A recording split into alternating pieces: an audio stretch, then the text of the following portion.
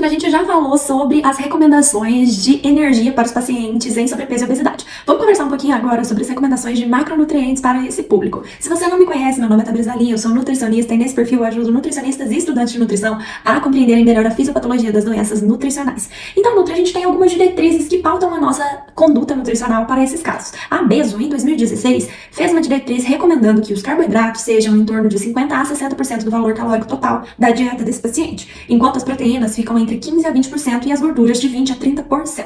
A gente precisa lembrar que esses pacientes em déficit calórico têm um menor risco de perder massa muscular, porque afinal de contas eles têm um estoque maior de gordura para utilizar como fonte de energia e não sendo tão necessário a utilização de aminoácidos nesse processo. Então a gente não precisa pensar em uma dieta tão hiperproteica. A gente precisa lembrar também que quando a gente mexe no carboidrato, a gente vai fazer com que esse paciente perca mais água e mais glicogênio muscular se a gente deixar mais baixo. Porém, isso talvez não seja tão interessante no primeiro momento, afinal de contas a gente precisa gerar adesão a esse paciente. Talvez no momento onde a perda de peso se torne um pouco mais difícil, seja mais interessante utilizar essa estratégia por um curto período de tempo. Então, Nutri, no primeiro momento, talvez seja interessante a gente manter um déficit calórico um pouco maior, carboidratos um pouco mais alto para gerar mais adesão nesse paciente, menos gordura e proteínas mais normoproteicas. Lembrando sempre também de se atentar ao uso de fibras para te ajudar no controle da fome do paciente e fazer ele entender que ele precisa voltar no consultório para ajustar essa dieta. Afinal de contas, o processo de emagrecimento não é linear.